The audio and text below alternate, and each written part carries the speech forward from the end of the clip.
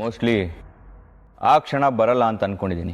ಮುಂದಿನ ಕ್ಷಣನೇ ನಮ್ ಕೈಯಲ್ಲಿ ಇಲ್ಲ ಅಂದ್ಮೇಲೆ ಅದು ಹೀಗೆ ಆಗತ್ತೆ ಅಂತ ತಿಳ್ಕೊಳ್ಳೋದು ತಪ್ಪಾಗುತ್ತೆ.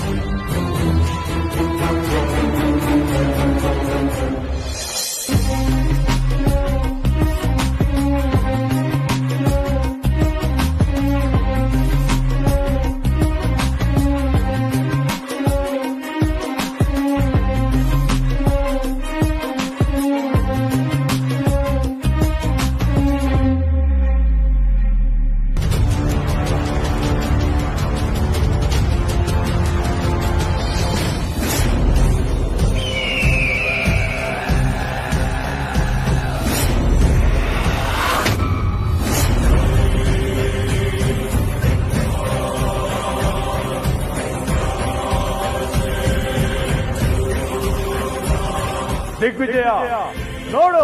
ಗುರುಗಳೇ, ನೀವು ಪೂಜೆ ಮಾಡ್ತಿರೋದೇನೋ ಸರಿ, ಆದ್ರೆ ಆದಿಶೇಷನ್ ಫೋಟೋ ಯಾಕೆ? ದಿಗ್ವಿಜಯ, ಎಂದು ನಾನು ಮಾಡುತ್ತಿರುವುದು ಸಾಮಾನ್ಯ ಪೂಜೆ ಅಲ್ಲ, ಮಹಾಪೂಜೆ. ಆದಿಶೇಷನ ಶತ್ರುವನ್ನು ಆವಾಹಿಸುತ್ತಿರುವ ಪೂಜೆ. ಆದಿಶೇಷನ ನೆರಳನ್ನು ಕಂಡರೂ ಅವನನ್ನು ಸಾಯಿಸುವ ತವಕದಲ್ಲಿರುವ ಶತ್ರುವನ್ನು ಆವಾಹಿಸುತ್ತಿರುವ ಪೂಜೆ. ಅವನ ಶತ್ರುವನ್ನು ಕಂಡರೆ ಅವನು ವರ್ತಿಸುವ ರೀತಿಯನ್ನು ನೋಡು, ಅವನು ಉಗುಳುವ ಕ್ರೋಧಾಗ್ನಿಯನ್ನು ನೋಡು. ಇಂದು ಮಾಡುತ್ತಿರುವ ಪೂಜೆ ಹಿಂದೆಂದೂ ಮಾಡದ ಪೂಜೆ. ಏಕೆಂದರೆ ನಮ್ಮ ಮುಂದೆ ಇರುವುದು ಸಾಮಾನ್ಯ ಶತ್ರು ಅಲ್ಲ, ಮಹಾಶಕ್ತಿವಂತ ಶತ್ರು, ನಾಗಲೋಕದ ಮಹಾಬಲನಿವನು.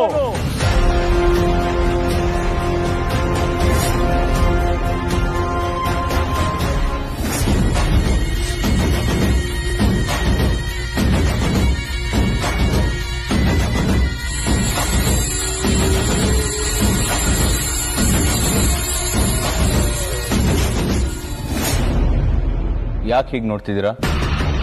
ಓ, ನೋಡೋದು ತಪ್ಪ? ನೋಡೋದು ತಪ್ಪಲ್ಲ, ಆದ್ರೆ ಈ ತರ ನೋಡೋದು ತಪ್ಪು. ನಾನೇನ್ ತಪ್ಪಾಗಿ ನೋಡ್ತಾ ಇಲ್ವಲ್ಲ. ಆದ್ರೆ ನೀವ್ ನೋಡ್ತಿರೋದು ನನಗ್ ತಪ್ಪಾಗಿ ಕಾಣಿಸ್ತಿದೆ. ನೋಡ್ತಾ ಇರೋದು ಸರಿ ಅಂತ ಮನ್ಸಿಗೆ ಒಮ್ಮೆ ಹೇಳಿ, ಎಲ್ಲಾನು ಸರಿಯಾಗಿ ಕಾಣಿಸುತ್ತೆ. ಯಾಕೆ ಈ ರೀತಿ ವಿಚಿತ್ರವಾಗಿ ಮಾತಾಡ್ತಿದ್ದೀರಾ? ವಿಚಿತ್ರದ ಒಳಗಡೆ ಒಂದು ಚಿತ್ರ ಇದೆ ಅಭಯ್ ಅವರೇ, ಅದು ನಿಮ್ಗೆ ಕಾಣಿಸ್ತಾ ಇಲ್ಲ ಅಷ್ಟೇ. ಏನಿದರ ಕಾರಣ? ಪರಮೇಶ್ವರ, ಮಹಾದೇವ, ಏನಿದು ಘೋರ? ಯಾವ ಅನರ್ಥದ ಸೂಚನೆ ಕೊಡುತ್ತಿರುವೆ ಮಹಾದೇವ? ಈ ಲೋಕ ಕಂಪಿಸುತ್ತಿರುವುದೇ ಏಕೆ? ನಾಗಗಳು ಭಯಭೀತವಾಗಿರುವುದೇಕೆ? ಹೇಳು ದೇವ. ಮಹೇಶ್ವರ,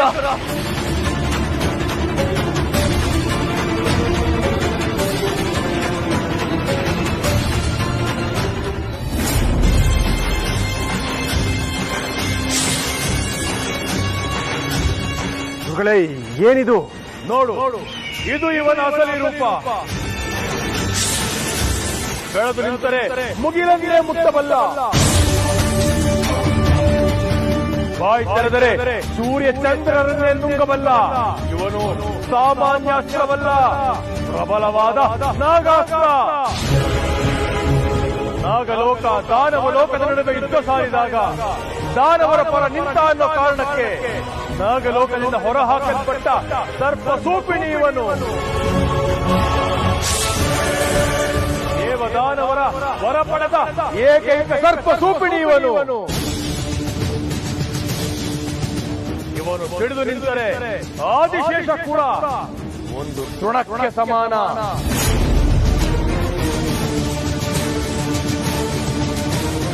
ಇವನಿಗೆ ಇರುವ ವರಕ್ಕೆ ಇಡೀ ನಾಗಲೋಕವನ್ನೇ ಒಂಟಿಯಾಗಿ ಎದುರಿಸಬಲ್ಲ. ಇನ್ನು ಈ ಆದಿಶೇಷ ಯಾವ ಲೆಕ್ಕ? ಗುರುಗಳೇ, ಈ ಸರ್ಪನ ಕಳಿಸ್ಬಿಟ್ರೆ ಆದಿಶೇಷನ ಕೊಂದು ಹಾಕುತ್ತಾ? ಇಲ್ಲ, ಇವರನ್ನು ಕರೆದುಕೊಂಡು ಹೋಗಿ ಆದಿಶೇಷನ ಬಳಿ ಬಿಡಬೇಕು. ನಾನು ಈ ಸರ್ಪನ? ಹೌದು, ನೀನೇ. ಹೇಗೆ ಗುರುಗಳೇ? ಹೇಳ್ತೀನಿ.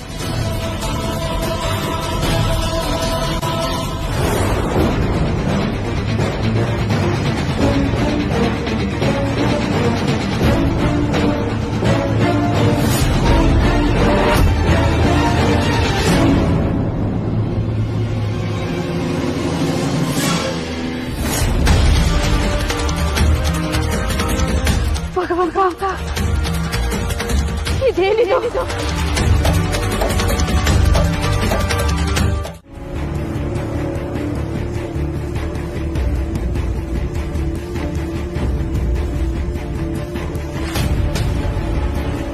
ಇದರಿಂದ ಮುಂದೆ ಆಗೋದನ್ನು ನೆನೆಸ್ಕೊಂಡ್ರೆ ನನಗೆ ಈಗಲೇ ಭಯ ಆಗ್ತಾ ಇದೆ.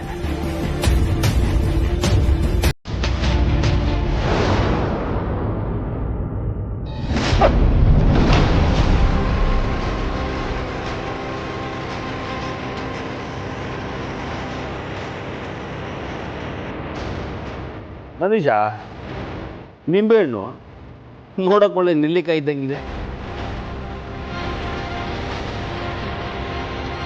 ಬೆಳಗ್ಗೆ ಚಿತ್ರಾನ್ನ ಆಗುತ್ತಲ್ವಾ? ಚಿತ್ರಾನ್ನ ಮಾಡ್ತಾರೆ.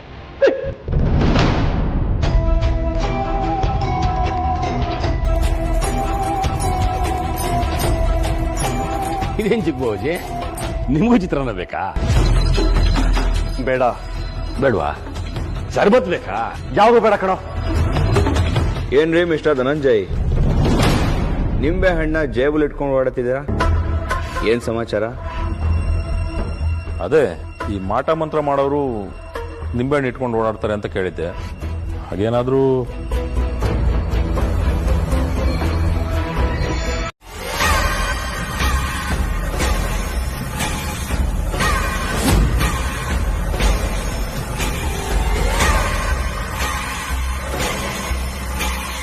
ಇವನಿಗೆ ಅಂತ ರೂಮ್ ಕೊಟ್ರು, ಹಾಲಲ್ಲಿ ಮಲಗಿದಾನಲ್ಲ, ಏನ್ ಮಾಡೋದೀಗ?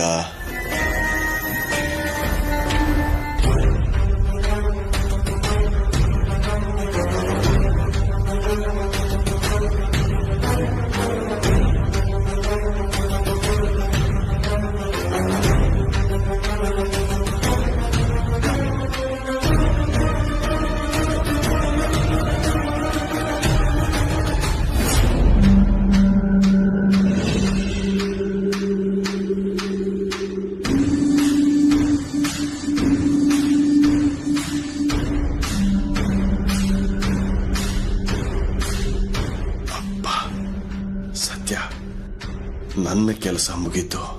ಇನ್ನು ನನ್ನ ಮಹಾಶತ್ರು ಆದಿಶೇಷನ ಸಾವಾಗುತ್ತೆ. ಕಾಳಸರ್ಪದ ಕಾಳಗದ ಸಮಯದಲ್ಲಿ ಮನುಷ್ಯ ಮಾತೃರು ಇದ್ರೆ ಅವರು ಅದನ್ನ ನೋಡಿ ಎದೆ ಹೊಡೆದು ಸತ್ತು ಹೋಗ್ತಾರೆ ಅಂತ ಸ್ವಾಮಿಗಳು ಹೇಳಿದ್ದಾರೆ. ಬೇಡ ಬೇಡ, ನಾನ್ಯಾಕಿಲ್ಲಿರ್ಲಿ? ಚೀರಾಟ ಕಿರ್ಚಾಟದ ಮಧ್ಯೆ ಮನೇಲಿ ಇರೋರೆಲ್ಲ ಬಂದ್ಬಿಟ್ರೆ ಮೊದಲು ಮನೆಯವ್ರು ಯಾರೂ ಬರದೇ ಇರೋ ಹಾಗೆ ಮಾಡಬೇಕು.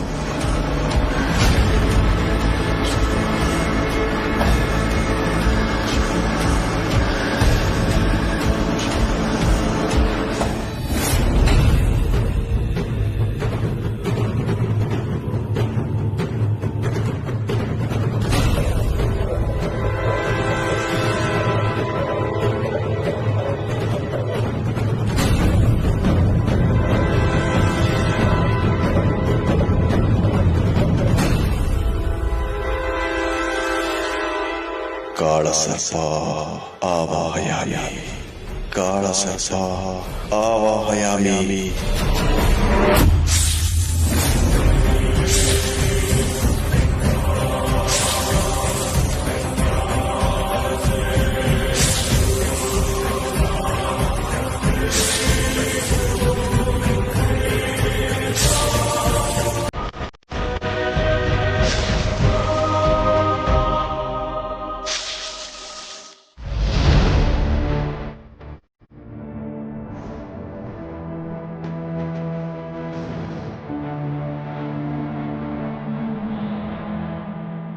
ಏನ್ ಹೇಳೋದು?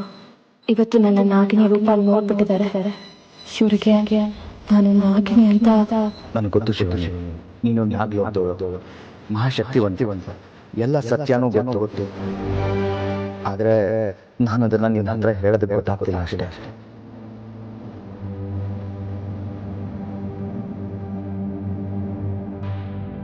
ಯಾಕೆ ಹಾಗೆ ನೋಡ್ತಾ ಇದ್ದೀರಾ ಅಬ್ಬಾಯಿ ಅವರೇ? ಅರ್ಥ ಆಗುತ್ತೆ. ನಿಮ್ಮ ಮುಖದಲ್ಲಿ 1000 ಪ್ರಶ್ನೆಗಳು, ಗೊಂದಲಗಳು. ನಾನು ಯಾರು, ನಾನು ಯಾಕೆ ಹೀಗೆ ಅಂತ ಅಲ್ವಾ? ನಾನು ಸಾಮಾನ್ಯ ಮನುಷ್ಯಳಲ್ಲ, ನಾನು ನಾಗಿಣಿ. ಆ ಸತ್ಯ ನನಗೂ ಗೊತ್ತು ಶಿವಾನಿ, ಆದ್ರೆ ಗೊತ್ತಿಲ್ಲದ ಹಾಗಿರ್ಬೇಕು. ಅದು ಈಗಿನ ಅನಿವಾರ್ಯತೆ. ಶಿವಾನಿ ಅವರೇ, ಏನ್ ಹೇಳ್ತಿದ್ದೀರಾ? ನಿಜ ಹೇಳ್ತಾ ಇದ್ದೀನಿ ಅಬ್ಬಯ್ಯ ಅವರೇ. ಈ ಸತ್ಯ ನನ್ನಲ್ಲೇ ಇರ್ಬೇಕಾಗಿತ್ತು. ಆದ್ರೆ ಒಂದಿನ ನನ್ನ ಸತ್ಯ ಎಲ್ಲ ನನ್ನ ಗಂಡ ತ್ರಿಶೂಲ್ ಗೊತ್ತಾಯ್ತು. ಅಷ್ಟು ದಿನ ಅದನ್ನೆಲ್ಲ ಅವನ ಹತ್ರ ಮುಚ್ಚಿಡೋದಕ್ಕೆ ಅವನು ತುಂಬಾ ಬೇಸರ ಮಾಡ್ಕೊಂಡ. ಇಷ್ಟು ವರ್ಷ ನಾವು ಹುಡುಕ್ತಾ ಇದ್ದ, ನಮಗ್ ಕಾಟ ಕೊಡ್ತಾ ಇದ್ದ ಇಚ್ಛಾಧಾರಿ ನಾಗಿಣಿ ಬೇರೆ ಯಾರು ಅಲ್ಲ, ಅದು ನೀನೇ ಶಿವಾನಿ. ಈ ಕ್ಷಣದಿಂದ ನಮ್ಮಿಬ್ಬರ ಮಧ್ಯ ಇದ್ದಿದ್ದ ಪ್ರೀತಿ ಕೊನೆ. ನನ್ನ ಜೀವನದಲ್ಲಿ ನಾನು ಮಾಡಿದ ತಪ್ಪು ಶಿವಾನಿ. ನಿನ್ನ ಬಗ್ಗೆ ತಪ್ಪು ತಿಳ್ಕೊಂಡಿದ್ದೆ. ನೀನ್ ಸರಿ ಅಂತ ಗೊತ್ತಾಗೋಷ್ಟರಲ್ಲಿ ನಾನು ತಪ್ಪು ಮಾಡ್ಬಿಟ್ಟಿದ್ದೆ. ಅವತ್ತು ಕ್ಷಮೆ ಕೇಳಿದೆ, ಇವತ್ತು ಕ್ಷಮೆ ಕೇಳಬೇಕು ಅಂತ ಅನ್ನಿಸ್ತಿದೆ.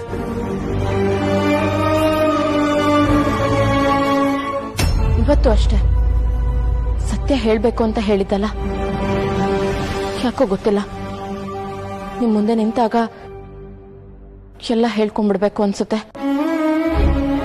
ಸುಳ್ಳು ಹೇಳ್ಬೇಕು ಅಂತಾನೆ ಅನ್ಸಲ್ಲ. ದಯವಿಟ್ಟು ಈ ಸತ್ಯ ನಿಮ್ ಹತ್ರನೇ ಇರ್ಲಿ, ಬೇರೆ ಯಾರಿಗೂ ಗೊತ್ತಾಗದ್ ಬೇಡ.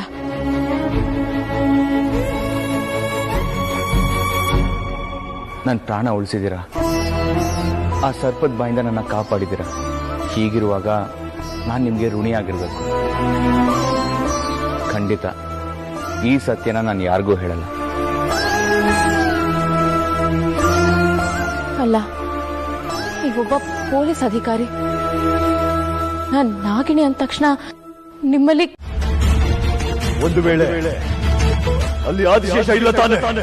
ಅಯ್ಯೋ ಇಲ್ಲ ಗುರುದೇವ, ಅವನು ನನ್ನ ಕಣ್ಣಿಗೆ ಮೊದಲೇ ಬೆದ್ದಿದ್ದರೆ ನಾನು ನಿಮಗೆ ಹೇಳುತ್ತಿದ್ದೆ. ಹಾಗಾದರೆ ಈ ಸೂಪಣಿಯ ಸಾವು ಹೇಗಾಯಿತು? ಶಿವಾನಿಯನ್ನು ಕೊಲ್ಲುವುದಕ್ಕಾಗಿ ಈ ಮಹಾಸರ್ಪವನ್ನು ಕಳಿಸುವ ಅವಶ್ಯಕತೆ ಏನಿದೆ? ಅವಳು ಏಕಷ್ಟೇ, ಅವಳ ಬಳಿ ಶಕ್ತಿ ಇದೆ, ಆದರೆ ಆದಿಶೇಷನಷ್ಟು ಶಕ್ತಿ ಇಲ್ಲ. ಅವರಿಬ್ಬರು ಒಂದಾಗಿದ್ದರೆ ಮಾತ್ರ ಅವರ ಶಕ್ತಿ ಹೆಚ್ಚುತ್ತದೆ. ಇದು ಹೇಗೆ ಸಾಧ್ಯ? ಅದು ನನಗೆ ಅರ್ಥವಾಗುತ್ತಿಲ್ಲ ಗುರುಗಳೇ. ಆದರೆ ನನಗೆ ಇದರ ಹಿಂದೆ ಯಾವುದೋ ಸಂಚಿನ ಸೂಚನೆ ಕಾಣಿಸುತ್ತಿದೆ. ಏನು ಗುರುಗಳೇ? ಇದು ಇಲ್ಲಿಗೆ ಬಂದಿದ್ದು ಆದಿಶೇಷನನ್ನು ಕೊಲ್ಲುವುದಕ್ಕೆ ಆಗಿದ್ದರೆ ಇಷ್ಟರ ಹೊತ್ತಿಗೆ ಆಗಬಾರದ ಅನಾಹುತ ಆಗಿ ಹೋಗಬಿಡಬೇಕಿತ್ತು. ಅಂದರೆ ಅದೆಲ್ಲ ನನಗೆ ಮುಂದೆ ತಿಳಿಯುತ್ತದೆ.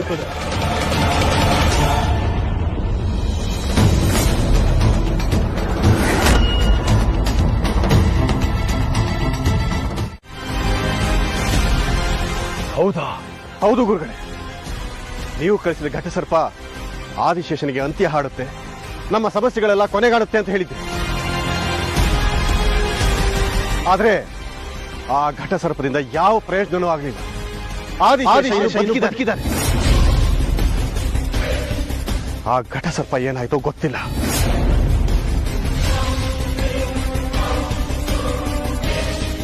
ಏನು ಹೇಳ್ತಿರೋ ದಿಗ್ವಿಜಯ? ಇದು ಹೇಗೆ ಸಾಧ್ಯ?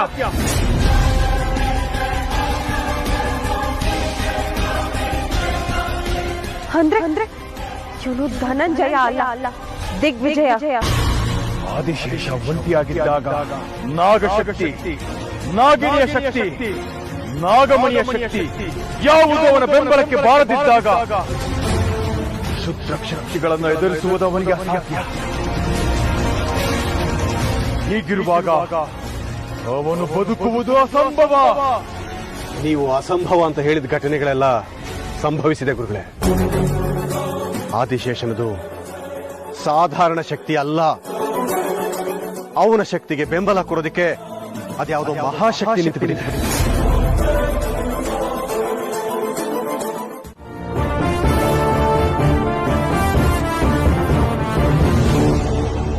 ನೀವು ಈ ಲೋಕದವರು, ಇಲ್ಲಿನ ರೀತಿ ನಿಯಮಗಳಿಗೆ ಬದ್ಧರಾಗಿ ಬದುಕ್ತಾ ಇರೋರು.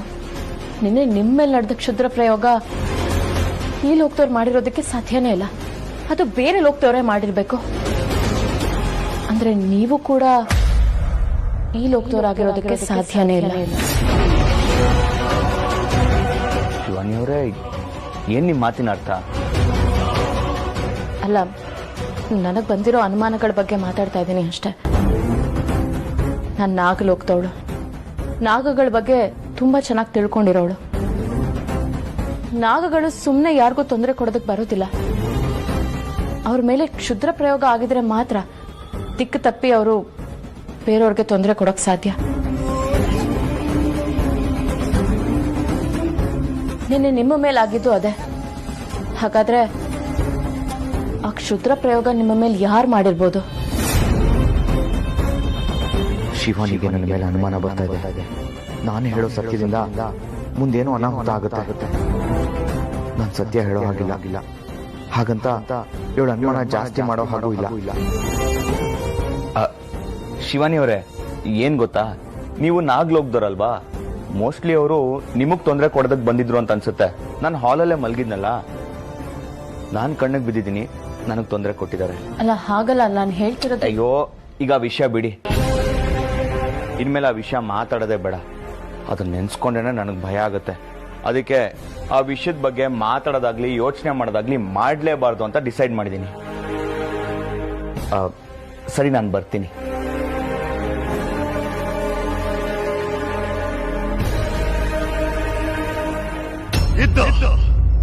ಆದರೆ ಆ ಮಾತು ಈಗೇಕೆ ನಾಗಮಾತು?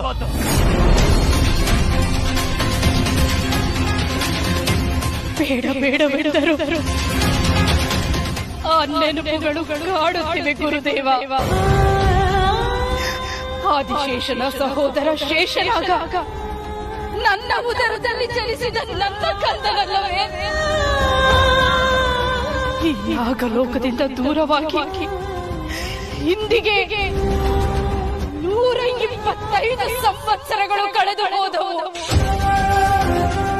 ಅವನ ನೆನಪುಗಳು ಬಿಡದೆ ಕಾಡುತ್ತಿವೆ ಗುರುವರ್ಯ. ಅವನು ನನ್ನ ಕಂದನಲ್ಲವೇ? ನಿಮ್ಮ ಇನ್ನೊಬ್ಬ ಮಗ ಆದಿಶೇಷನ ತಮ್ಮ ಶೇಷನಾಗ ಈ ಲೋಕದ ನೀತಿ ನಿಯಮಗಳ ವಿರುದ್ಧ ಹೋಗಿ ಈ ಲೋಕದಿಂದ ದೂರವಾದವ. ಮಗನ ಬಗ್ಗೆ ಅಂದಾಗ ಮಾತೃ ಹೃದಯಕ್ಕೆ ನೋವಾಗುವುದು ಸಹಜ. ಆದರೆ ಆದಿಶೇಷನ ತಮ್ಮ ಶೇಷನಾಗ ನಿಮ್ಮ ಮಗ ಎಂಬ ಕಾರಣಕ್ಕೆ ಅವನು ಮಾಡಿದ್ದೆಲ್ಲ ಸರಿಯಲ್ಲ ನಾಗಮಾತ. ಅವನು ಸರಿ ಇದ್ದಾಗ ತಾನೆ ಅವನು ಪ್ರೇತ ಲೋಕದ ಮೇಲೆ ಯುದ್ಧ ಮಾಡೋದಕ್ಕಾಗಿ ಒಬ್ಬನೇ ಹೋಗಿದ್ದು.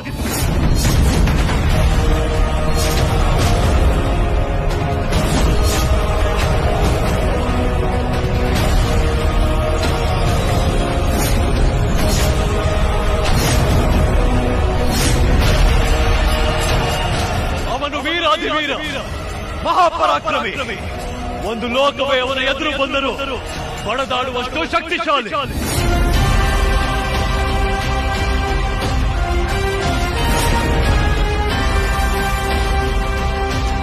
ಈ ನಾಗಲೋಕಕ್ಕೆ ಭಾವಿ ಯುವರಾಜನಾಗಬೇಕಾಗಿದ್ದ ಶೇಷನಾಗ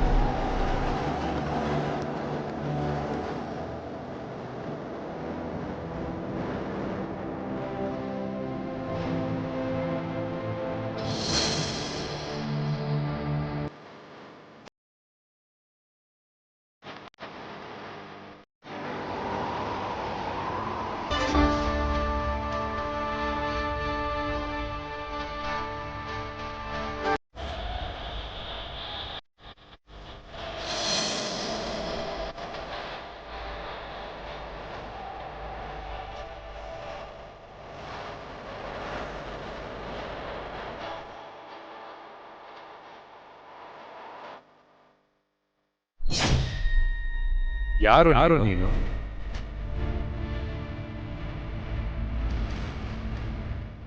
ಮೋಹಿನಿ, ಪ್ರೇತಲೋಕದ ರಾಜಕುಮಾರಿ. ಇದು ಪ್ರೇತಲೋಕ. ಇಲ್ಲಿ ಬರಲು ಬೇರೆ ಲೋಕದವರು ಎದುರುತ್ತಾರೆ. ಆದರೆ ನೀನು ಹಾಗಿದ್ದಾಗ ಇವಳಿಗೆ ಅಭಯ ಕೊಡಬೇಕಾಗಿರುವುದು ನನ್ನ ಜವಾಬ್ದಾರಿ ಮಾತ್ರ ಅಲ್ಲ, ಈ ನಾಗಲೋಕದ ಜವಾಬ್ದಾರಿ. ಶೇಷನಾಗ ನಿಶಾಚರ ಪಿಶಾಚಿಗೆ ನಾಗಲೋಕದಲ್ಲಿ ಆಶ್ರಯ ಕೊಟ್ಟರೆ ಈ ನಾಗಲೋಕವು ಪ್ರೇತಾಲಯವಾಗುವುದು. ಆಶ್ರಯದ ಅಭಯವನ್ನಿತ್ತರೆ ಅದು ದುರಂತ. ಮುಂದೊಂದು ದಿನ ನೀನು ಯುವರಾಜನಾಗಬೇಕಾದವನು ಅನ್ನೋ ಒಂದೇ ಒಂದು ಕಾರಣಕ್ಕೆ ಎಷ್ಟು ಹೊತ್ತು ಸೋಮನಿದ್ದೆ. ನೀನಲ್ಲದೆ ಬೇರೆ ಯಾರಾದರೂ ಆಗಿದ್ದರೆ ಈ ಕೂಡಲೇ ಅವರನ್ನು ಭಸ್ಮ ಮಾಡಿಬಿಡುತ್ತಿದ್ದೆ.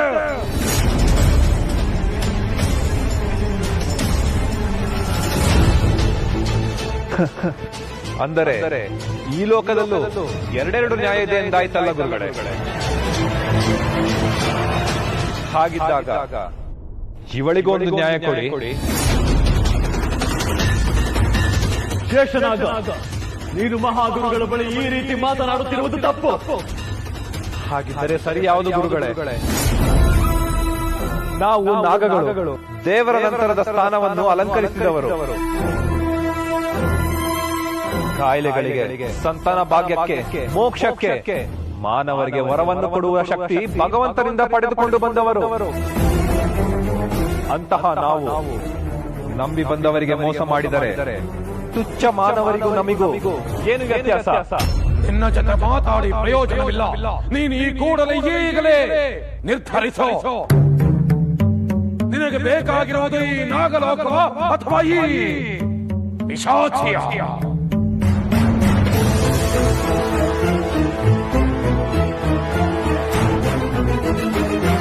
ನನಗೆ ಬೇಕಾಗಿರುವುದು ನಾನು ಇವಳ ಜೊತೆ ಇರುವ ಈ ಲೋಕ.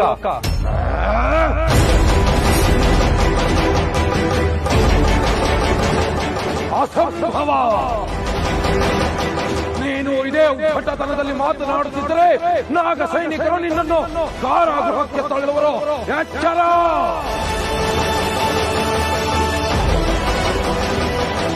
ಒಂದು ಲೋಕವನ್ನು ಗೆದ್ದು ಬರುವ ಶಕ್ತಿ ಇರುವ ನನಗೆ ಈ ಸೈನಿಕರು ಬರೀ ತೃಣ.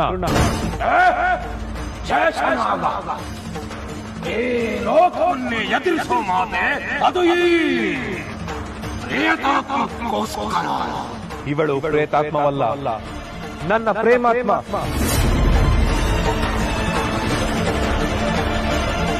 ಇವಳಿಲ್ಲದ ಲೋಕ ನನಗೆ ಬರೀ ಶೋಕ. ಬೇಡ ಶೇಷ, ಇಂಥ ಮಾತು ಬೇಡ. ಎಲ್ಲರನ್ನು ಒಪ್ಪಿಸೇ ಬದುಕೋಣ. ಗುರುಗಳೇ, ನೀವು ಹಿರಿಯರು. ಇಂಥ ಮಾತು ನಿಮಗೆ ಭೂಷಣವಲ್ಲ. ದಯಮಾಡಿ ನಮ್ಮ ಪ್ರೀತಿಯನ್ನು ಅರ್ಥ ಮಾಡಿಕೊಳ್ಳಿ. ಪಿಶಾಚಿಗಳಿಂದ ಉಪದೇಶ ಮಾಡಿಸಿಕೊಳ್ಳುವಷ್ಟು ನಾಗಲೋಕ ಹಾಳಾಗಿಲ್ಲ. ನೆನಪಿನಲ್ಲಿ ಏದೋ ನಾಗಲೋಕ ಸರ್ವೇಶ್ವರನಾದ ಆ ಶಿವನ ಇಷ್ಟವಾದ ಲೋಕ. ನಾಗಮಣಿಯ ಐಶ್ವರ್ಯದಿಂದ ಕಂಗೊಳಿಸುತ್ತಿರೋ ಶೋಕವಿಲ್ಲದ ಲೋಕ. ನಾಗಲೋಕದ ಯುವರಾಜನು ಮದುವೆಯಾಗಬೇಕಿರುವುದು ನಾಗಲೋಕದ ಸುನೈತ್ರೆಯನ್ನು.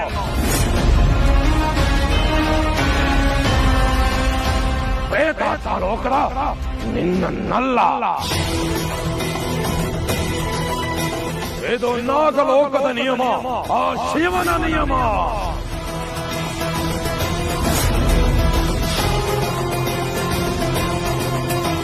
ನಿಮ್ಮ ಸ್ವಾರ್ಥಕ್ಕೆ ಆ ಶಿವನ ಹೆಸರೇಕೆ? ಶಿವನ ಕಣ್ಣಲ್ಲಿ ಎಲ್ಲರೂ ಒಂದೇ ಅಂದಾಗ ನಮ್ಮನ್ನು ಬೇರೆ ಮಾಡುವ ಪ್ರಯತ್ನ ಏಕೆ?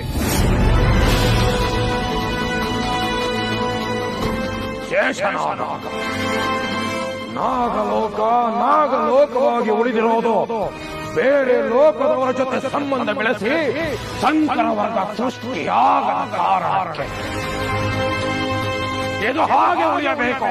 ಇದು ಆ ಶಿವನ ಕಟ್ಟಪ್ಪಣೆ. ಅಂತ ಅಪ್ಪಣೆ ದೇವರು ಕೊಡಲಾರ. ಒಂದು ವೇಳೆ ಕೊಟ್ಟರೆ ಆ ಶಿವನು ದೇವರೇ ಅಲ್ಲ. ಶೇಷನಾಗ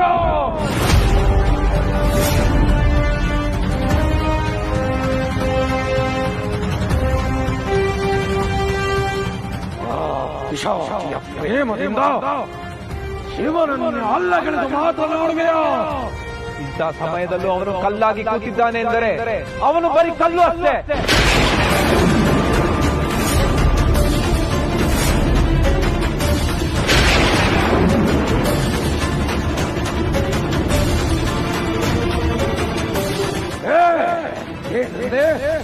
ಶಿವನನ್ನು ಕಲ್ಲು ಎನ್ನುವಷ್ಟು ತಾಳ್ಸುತ್ತೇವೆ.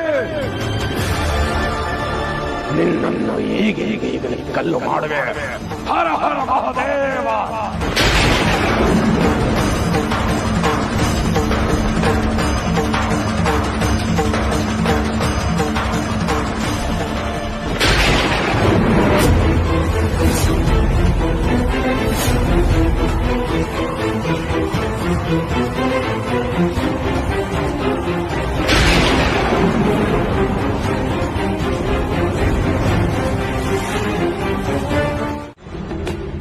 ಆದಿಶೇಷ ಮತ್ತೆ ಹುಟ್ಟು ಬಂದಿದ್ದಾನೆ. ನಮ್ಮನೆಯಲ್ಲೇ ಇದ್ದಾನೆ. ನೀವಿಲ್ದೆ ನಾನು ತುಂಬಾ ತೊಂದರೆ ಅನುಭವಿಸ್ಬಿಟ್ಟೆ. ನಾನು ನನ್ನ ಫ್ರೆಂಡ್ಸ್ನೆಲ್ಲ ಕಳ್ಕೊಂಡ್ಬಿಟ್ಟೆ ಗುರುಗಳೇ. ಆದರೆ ಈಗ ನೀವು ಬಂದಿದ್ದೀರಲ್ಲ, ನನಗೆ ಸಮಾಧಾನ ಆಯ್ತು. ಹಾಗೆ ನನ್ನ ಪ್ರಾಣಕ್ಕೆ ಭರವಸೆನೂ ಸಿಕ್ತು. ತಾಳ್ಮೆ ದಿಗ್ವಿಜಯ, ತಾಳ್ಮೆ. ಗುರುಗಳೇ, ನೀವು ಹೇಳೋ ತಾಳ್ಮೆ ನನ್ನನ್ನೇ ಮುಗಿಸ್ಬಿಡುತ್ತೆ.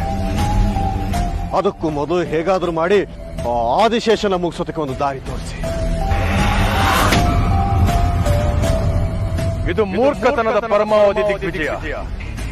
ನೀನು ಆದಿಶೇಷನನ್ನು ಸಾಯಿಸಿದ ಮರುಕ್ಷಣವೇ ನೀನು ನಾಗಮಣಿಗೆ ಅಧಿಪತಿ ಆಗುತ್ತೇನೆ ಅಂದುಕೊಂಡೆಯ.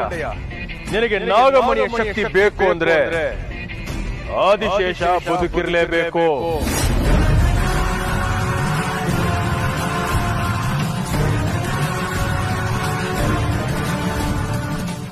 ಗುರುಗಳೇ, ಏನ್ ಹೇಳ್ತಿದ್ದೀರಾ ನೀವು? ನಿನ್ನ ಅನುಮಾನ ಹೊರಬಂದು ನಿನಗೆ ಆದಿಶೇಷ ಅನ್ನೋ ಸತ್ಯ ತಿಳಿದಿದೆ ಅಂತ ಅವನು ಗೊತ್ತಾದ್ರೆ ಅಲ್ಲಿಗೆ ಸರ್ವನಾಶ. ಅವನಿಗೆ ಏನಾದರೂ ತೊಂದರೆ ಆದ ಮರುಕ್ಷಣವೇ ನಾಗಿಣಿ ನಿನ್ನ ಸಾಯಿಸಿ ಹಾಕ್ತಾಳೆ.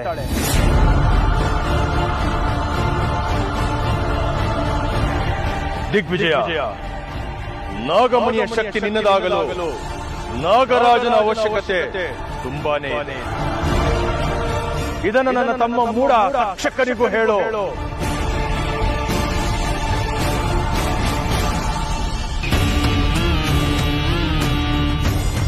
ತಗೋ, ಇದನ್ನು ನನ್ನ ಗುರುತಾಗಿ ಅವನಿಗೆ ತೋರಿಸಿ.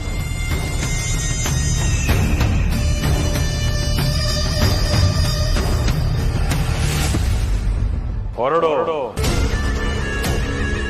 ಅಲ್ಲ ಗುರುಗಳೇ, ಅದು ಹೊರಡು.